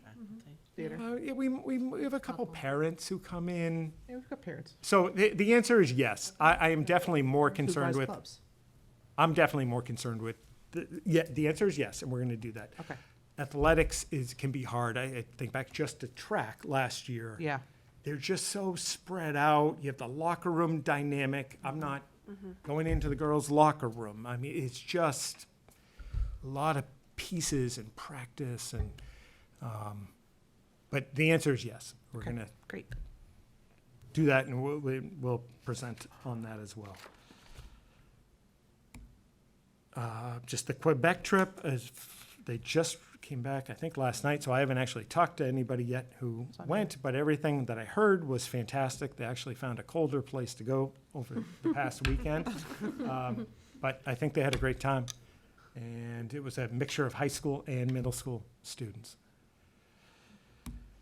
And then I wanted to, lastly, just give you a quick tour of the new GAIN program facility. I went over there today, and we had a meeting there with Anita and Tony, and it was awesome. The photos, I did my best, but I don't think they do it justice. So this is the entrance. The location is it's on Worcester Street over near, I always forget the name of the restaurant. What is it? Reunion. Reunion. So 2 large windows on both sides of the doors, the GAIN logo, and then the Bread Guy Breads logo. You walk in the door, that's Anita's right by the door, so you go in. Tony put in this great like stone face area that he did himself. We have the countertop where we'd have the cash register. There's actually a lot of space behind the display case. It's not captured here, it looks tight. There's probably at least 6 or 7 feet back there, so they'll have storage back there as well. But this is when you first walk in for customers. It's a really big, open, awesome space. And it's just that stonework. If you were to go through that doorway, in a second we'll get there, but you would go through that doorway and get to the student section. It's really broken down into 2 areas. The bigger space is the student section, and about 600 square feet are 2 rooms that make up the kitchen. So if you went left, you'd go into the student space, and we'll get there in a second. But instead, we're going to take a right. You go into this room, it's not going to look like this, but those are 2 big, gigantic industrial ovens. This is the last thing to be done in the spaces. These ovens need to be hooked up to natural gas. They're going to run a separate meter for them, and they're going to run it from the road. It's actually, it would take me 10 years, but they can do it in no time. We just need the town to allow us to do it. They typically don't do it in the winter. So we don't foresee that being a problem. That should be all set in a couple weeks. So 1 room for the actual cooking, and it's, again, bigger space than it actually looks here. And then right next to it is a workroom, washroom on the other side of the wall that was next to those ovens. So that's the kitchen area. If you then go over to the student space, this is a very large room that, again, I don't do justice to, but a bunch of open seating, a full kitchen area. Again, to kind of go way back, we were very purposely trying to create a space that includes an actual business, a storefront, and then a space for students that they can do work in, but it's more of a college feel than it is a high school. We were not trying to move out of the Grafton High School and replicate the Grafton High School. The closest thing I could come to a comparison was if you go into a dorm. If you can find a nicer dorm, they're not like when I went to school. It's set up kind of like this, with a kitchen area, open seating. You could do work, but you can also socialize. So this is the other side of it. So a really big space for the kitchen. If you went to the right, we do have a big TV that's going to be put up, but some seats, couches. We'll have a couple bean bags, but just kind of like a relaxation area for students. If you went through that door, you'd go into the kitchen area. On the student side, there's a washroom. We do a lot of like activities of daily living, life skills. So doing laundry, for their uniforms associated with helping out with the bakery. That's all going to be done here. And then also right off of that main room is an office space that students can utilize, but also if we have IEP meetings, we could have like business type meetings, we can do a lot with this space as well. And this is on the other side of the door, you can see that logo. So looking out, you'd be looking at the road or parking lot. And that's it. I can take any questions you might have. But Questions? I didn't do it justice, but it was awesome. We'll So try to March? stop by and peek Sorry? So in. March? Yeah, right now we're working through occupancy. Yep. And right now they're tied together. We'd like it to be a partial occupancy and get the students over. Like the students are visiting tomorrow. We're ready to go on the student side. I'm trying to make it so that we don't have to wait till the gas is hooked up and everything's ready on the bakery side, because they really can operate independently. Back doors are, everything's different. So I'm gonna have that conversation tomorrow. But at absolute worst would be after February break. Looks great. Yeah. Yeah, Cool. amazing. Any questions? Okay. All right, thank you. Thank you. We're gonna move on because it's getting late. So I'd love to skip stuff on the agenda, but we really can't because next is the town report. Graciela, do you want to? Okay, so, I went ahead and reviewed all the information that we had gathered through the last fiscal year, and I put together a town report that talks about all the good stuff that Grafton has been doing, as well as some district programming updates, some of the information that the schools have provided to us in our school committee meetings, some updates to our technology, our buildings and grounds, as well as our special education and some of the fiscal updates that have been presented to us. I know that I have a couple edits to make to our town report to be submitted, but other than that, Great job. So this is the report that is submitted and it becomes part of the annual report. And so all the committees they all have a different version of this. I think, Amy, you would point out just is it just grammatical things mostly? Mostly, Or is there anything else? There that- was one thing that's not grammatical, or a name that was spelled wrong. It's, under the COVID-19. COVID-19, I wanted to add, like, when we actually got rid of masks, that was March 2nd. It talks about when the state dropped the mandate, but doesn't tell when we dropped it. Like, I think that's important to have in our report, since we took action. So I just made a note on Graciela's copy to figure out, where to put that. Okay, That was a pretty big decision that we made, yeah, so. good. Did anybody else have any comments or suggestions, edits? I think the only question, I'm not sure if it was in last year's, you would know, did we thank Rahul? We lost him. Actually, no, you know that what, was you. when I was driving here, I was thinking that I didn't add, Don't think so, because I Jen. think I had thanked, And Yeah, usually it's the year before, so if you could add it. just Yeah, that we yeah. Thank you to Rahul for his, Okay. service. so on the I'll add committee. it to where, I had thanked someone and then last year. Yeah, So I you- can't remember yeah, I what can't remember who it the was. timing is It so was weird with probably these, because it's for, Heather, it was I Heather think Right. it was, yeah. Yeah. Heather and then Rahul. My Who's Jen? computer's dead, or I. and Jen. Oh was my like God. Jen. Like I was, I forgot, yeah, Oh, yeah. Jen. And Jen. So just Thank make you, sure Jen. if it wasn't She's in not the, watching. yeah, if it wasn't in the last, I don't think it was. then, yeah. Yeah. Yeah, it wouldn't have been, because it's usually like this, so just to think. Yeah, I of it. don't that's think, what I was I thinking And, on don't think here. I caught it in the last Also, one for the timing. our student member, who, Yeah. I Annabelle, did. Annabelle's in there. Annabelle's in there. Annabelle, Yep. yeah. I did, Annabelle. Great. Awesome. Annabelle is in there, yeah. Annabelle. Oh, great job. I wonder how Annabelle's I doing. can't believe I forgot that. She's good. So I forwarded you the contact at the Great. town, just when you get all the edits done. If you Okay. can forward it, I forwarded you that email, the original email Yep. that you have to respond to, so just send that Okay. to her. She knows that we're voting on it tonight, so, Okay. Great job. yeah, well done. I know it's a heavy lift, so thank you very much for doing I that. had never written one, so I was like, okay.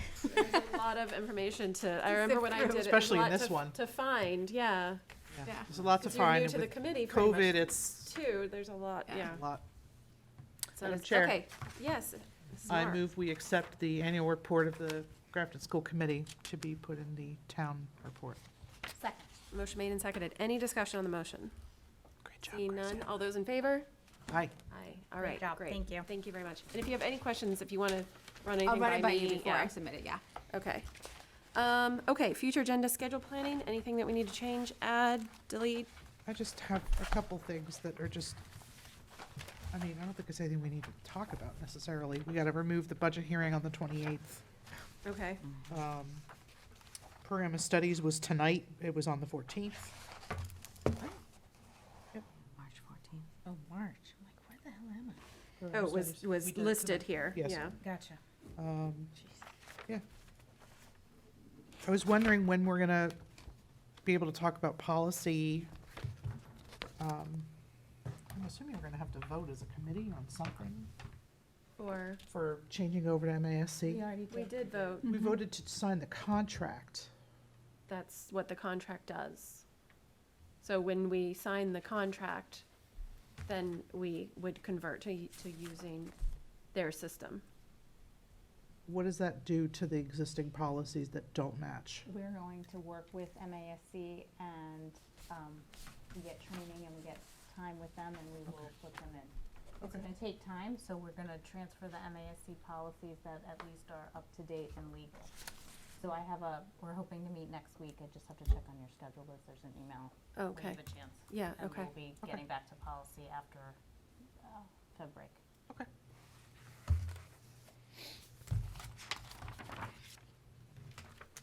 Okay, any other questions? What were you saying, something was on the 28th that shouldn't have been, The budget hearing that we had tonight. Flip over to March 28th. Oh, March 28th. I'm Sorry, I looking at didn't realize we were February. I'm meeting like- February 28th. I was doing Okay. the same thing. That's Okay, I'm looking at it like, I March am and February, not the seeing same that. dates. Sorry. Okay. Anything else? Nope. Good? Okay.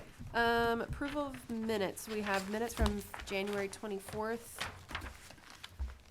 Anyone would like to, make a motion in their regard?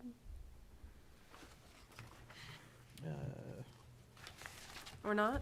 Madam Chair, Yes, Ms. Smart. to approve the minutes of January 24th, 2023, as presented. Second. Motion made and seconded. Any discussion on those minutes? If there's any corrections you see, this would be the time. Still very detailed, so. It's very detailed. I did see. I just now found a typo, In the minutes? like just now. Okay, what is that? Number 4, school improvement plan, it says substance-free instead of substance-free. Okay. Just happened to see Well, that. you're awesome at like finding those. Page 3 of the minutes. Somebody see that? Did you see that? No. Okay.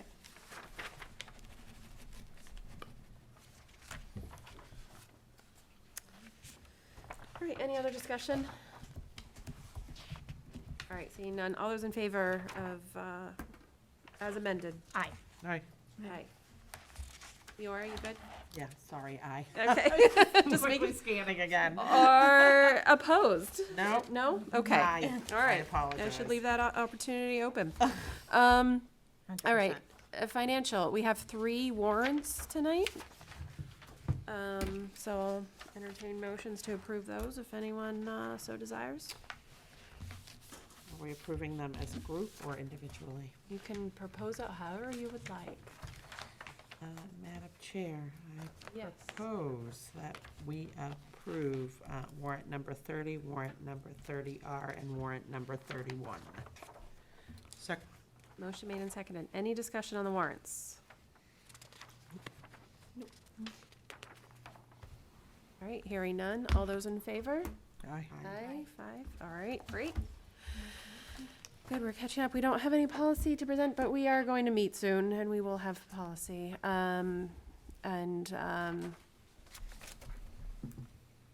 Yeah, we'll chat about, there's an email that I need to respond to, I guess, so I I'll just sent follow it up with today. that. Yeah, Yeah, that's fine. okay. Member reports. Amy. I was gonna say, we can't have a meeting without Amy having a member report. You always have something to say. It's a busy time of year. CIPC met last week. You always have something to say. We edited the bylaw, as I said we would, changed it to reflect the process as it currently is. We meet again this week to vote on it, because we were editing it like blind together on Zoom, and it was very interesting. So we're gonna meet briefly on Thursday to approve it, and then it's gonna go to the bylaw committee same day. Nice. So, all set. Thank you.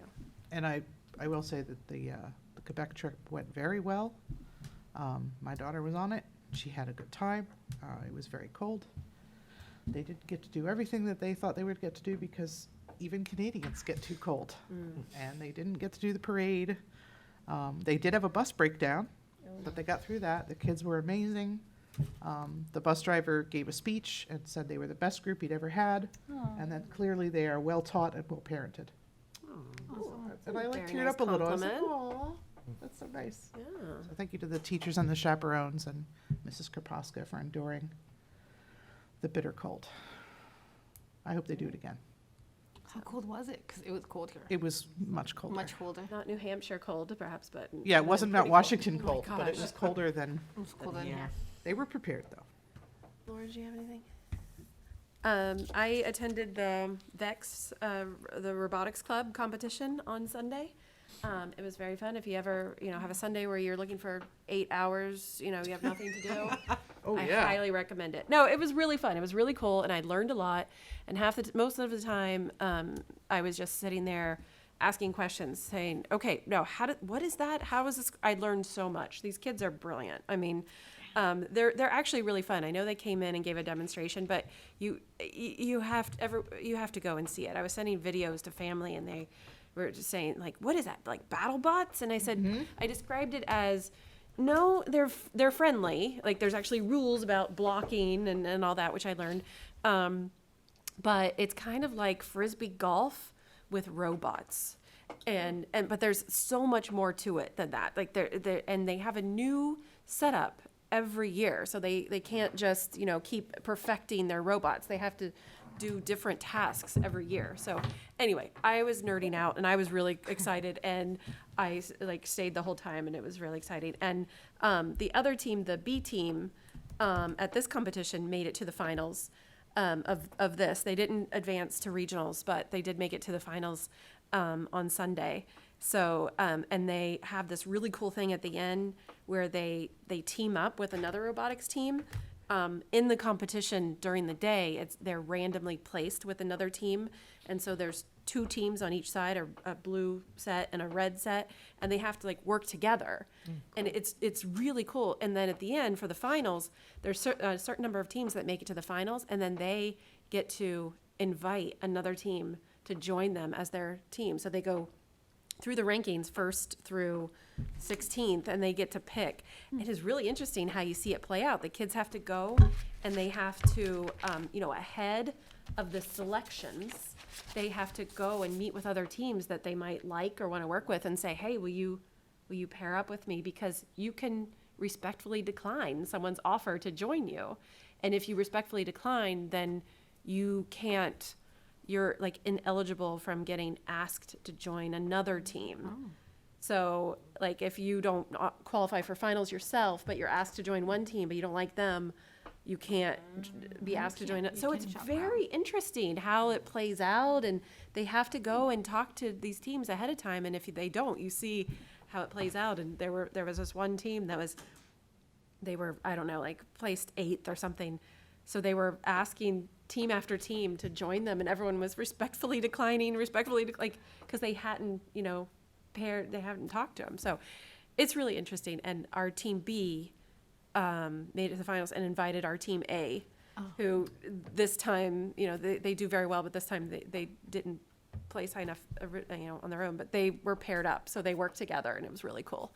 But it was fun. Cool. As you can see, I'm really excited. That is I was exciting. totally nerding out on that. That's your first time, huh? It was my first time, Yeah, yeah, I can't tell. because my daughter's on one of the teams and she's on team B, and I don't like to hover and make her nervous. So, but she did say for the last competition you can go. So I was very excited to hang out at a middle school all day and watch robots. Right, was that's awesome. So cool. Made me Did you think. think of something? I did. Yeah. Because I got to go to a swim meet for Grafton. I went kind of as I don't have a kid swimming, and it was really great. It was the last one. It was senior night before they moved on to whatever regionals or sectionals or state or whatever it is. That was a glee joke. Was that at WPI? No, it was at Whitensville Community Oh, okay. Center. Oh, nice and And, convenient. Yeah, it was very. I love swimming, and they're awesome. They're just so nice. Watching them cheer for each other is amazing, and it was great. I was glad to go. It's hot, but it's great. I think it's Yeah. cool for, I got, that Mrs. Keller, is it? She was really excited to see me there, and I think it's, you know, I love to get out to these things. I think they get all excited when they see school committee members there, and, Yeah. so that, she I was really nice explaining things to me. I always use it as my cover because in case people think it's weird, I'm like, school committee. I like, Hey, I'm representing. I like to go because Yeah, it's not weird. Oh, it's it's a cool. little weird depending on what you're going to. Oh, it's cool. All right, anything else? No. All right, no correspondence. We don't need executive session, so I'll entertain a motion to adjourn. So Oh, wait, moved. I'm sorry. What? Before I do that, I did have one more thing that I wanted to throw in. It's administrative. I wanted to propose to the committee, just really quickly, and if this becomes a discussion, we'll just save it for another day. But I wanted to propose, not printing the packet every week. I feel a little bad about doing that from an environmental standpoint. But if there's a reason that we need to do it that I'm not aware of, I just wanted to throw that out there and see what Are people we thought. required to? Years ago, not. Previously, it was on request. Yeah. And then everybody requested it. Generally, we did at one point say anybody, because I can easily just scan it, that's easy. But then, when it came to actual practice, it changed in like 2 meetings. People wanted it in print. It doesn't matter to me. Does anyone want it in print? I'm not I think an sure. agenda would be fine. It's fine, yeah. Yeah, I mean, Yeah, I like to maybe take the notes on the agenda. agenda. That's yeah, about it. that's Let's all. just do the But then agenda. I Everything found else that we I can have access. stacks and stacks of these when I get home, and I don't know what to do with them. Yeah. I do like to Okay. take notes. I'm sure I was a holdout, but now I have a better computer too that I never. I know. I actually squish my agenda onto one page so that I can have it all there as one, so I don't have to flip anything and then Yeah. write on that, but just trying to be environmentally conscious. You know, And, and I think it's a Okay. pain for Jay Okay. too. Doesn't So matter. moved. I'm gonna, all we're right, gonna have one. no more anyhow, printing. so- Will you have it for the audience? Correct. Right. Yeah, So, Yeah. for all the people. who take them. I think we've got a full house tonight. Yeah, yeah. They're not It's here good to now, it was just good so to see people people at here, home though. know. Yeah, thanks for coming out. There were people here, yes, it was good to see. There were. Yeah. Okay, Madam Chair, yes, I move we adjourn. Second. motion made and seconded. Discussion, I no, doubt it. okay. All those in favor? Aye. One more thing. All right, thank you.